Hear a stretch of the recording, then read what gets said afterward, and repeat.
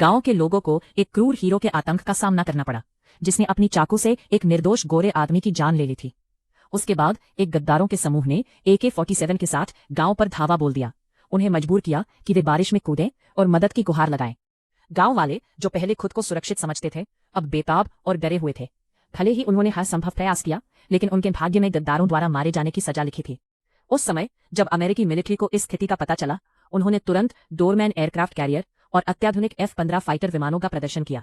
हेलीकॉप्टरों का एक बेड़ा, जिसे हॉकाई कहा जाता था, फंसे हुए अमेरिकियों को बचाने के लिए तैयार किया गया था। इस बीच एक अंतर्राष्ट्रीय बचाव संगठन की महिला डॉक्टर, जिसने हमेशा मानवता की सेवा की थी, संकट में वापस लौटने का निर्णय लिया।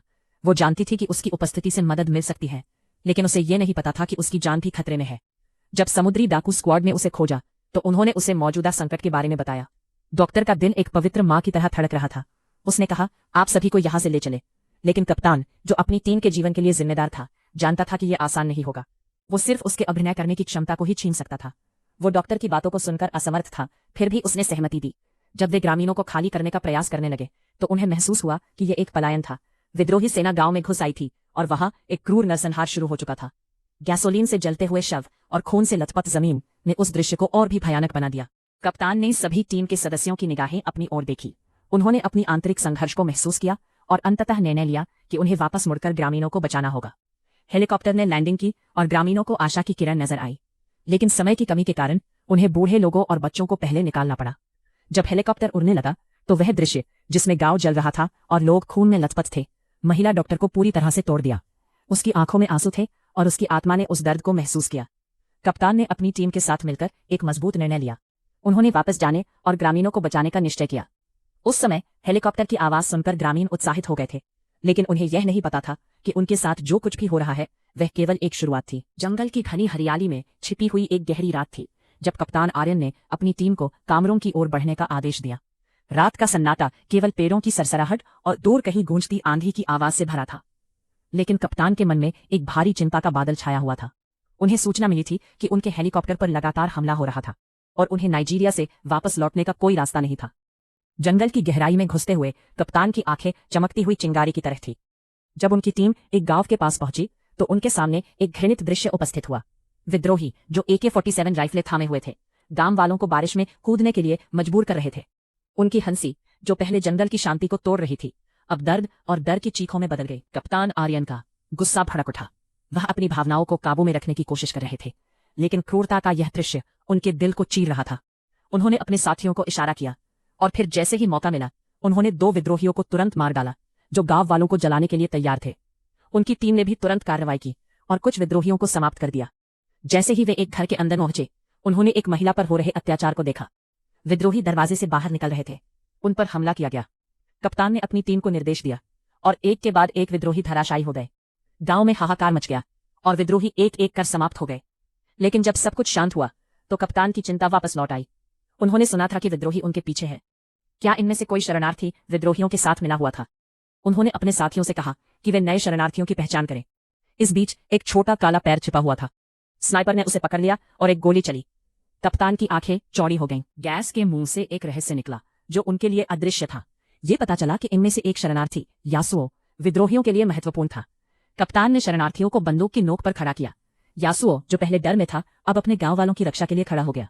उसने कप्तान को बताया कि विद्रोही उनकी ओर तेजी से बढ़ रहे थे। इस प्रकार कप्तान आर्यन ने न केवल विद्रोही का सामना किया, बल्कि साहसिकता और नेतृत्व के साथ अपने लोगों की सुरक्षा भी की। लेकिन क्या ये उनका अंत होगा, या ये एक नई शुरुआत थी? उस रात जंगल में केवल एक ही चीज स्पष्ट थी। संघर्ष की अगली लहर उनके करीब आ रही थी। एक भव्य उष्णकटिबंधीय द्वीप की हरी भरी वादियों में, जब सूरज अपने सोने जैसी किरणों के साथ समस्त भूमि को आलोकित कर रहा था, तब एक असाधारण घटना घटित हो रही थी। वहां छिपी हुई एक टीम, जो किसी महत्वपूर्ण मिशन पर थी, अचानक अपने रास्ते में एक गड़बड़ महसूस करती है। दिल की धड़कनें तेज हो जाती है जब टीम के सदस्य अपनी बंदूकें संभालते हैं और चारों ओर ध्यान से देखने लगते हैं। उस तनावपूर्ण क्षण में एक असाधारण विस्फोट होता है और एक गोली चुपचाप एक सदस्य के सिर में लगती है।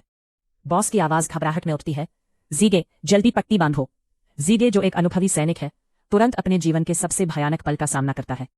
जैसे ही वह मदद के लिए बढ़ता है, उसकी आंखों में डर का एक हल्का सा खौफ होता है। वह जानता है कि यह लड़ाई केवल शारीरिक नहीं है, यह उनके साहस का भी परीक्षण है। एक भीषण संघर्ष शुरू होता है।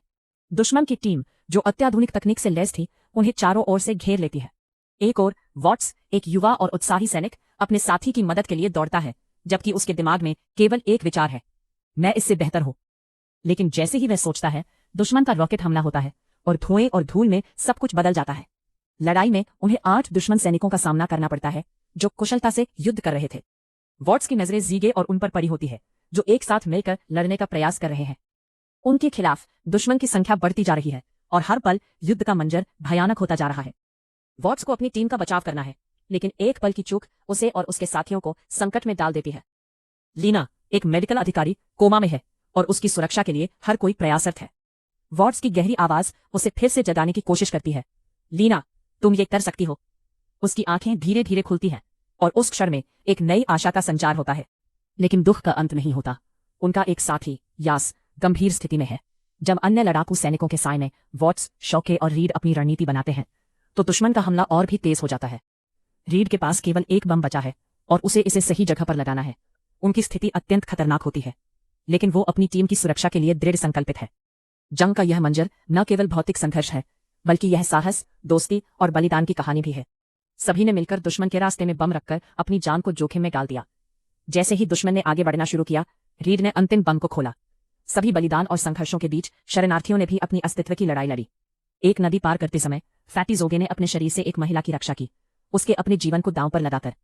जब सब कुछ समाप्त हो जाता है, तो वॉट्स और उसके साथी आखिरकार कैमरून की सीमा पर पहुंचते हैं। लेकिन उन्हें पता होता है कि यह जीत केवल एक शुरुआत है। हृदय में गहरी चोटें और आशा की किरणें दोनों को लेकर वे एक नई यात्रा की ओर बढ़ते हैं। कैमरून के सैनिकों के लिए समुद्र की लहरों पर एक अंधेरा आसमान छा गया था।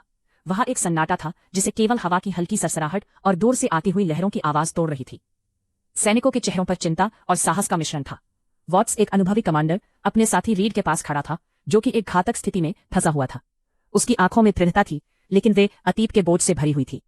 उन्होंने देखा कि डॉक्टर जीगे का चेहरा गहरा हो गया था जब उसने कहा, कैक्सियो मर चुका है। यह सुनते ही वॉट्स का दिल धड़क उठा।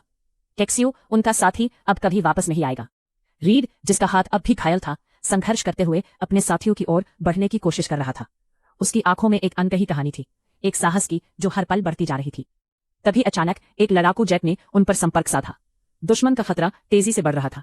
नई संख्या 1 ने उनकी स्थिति का आकलन करते हुए संकेत दिया।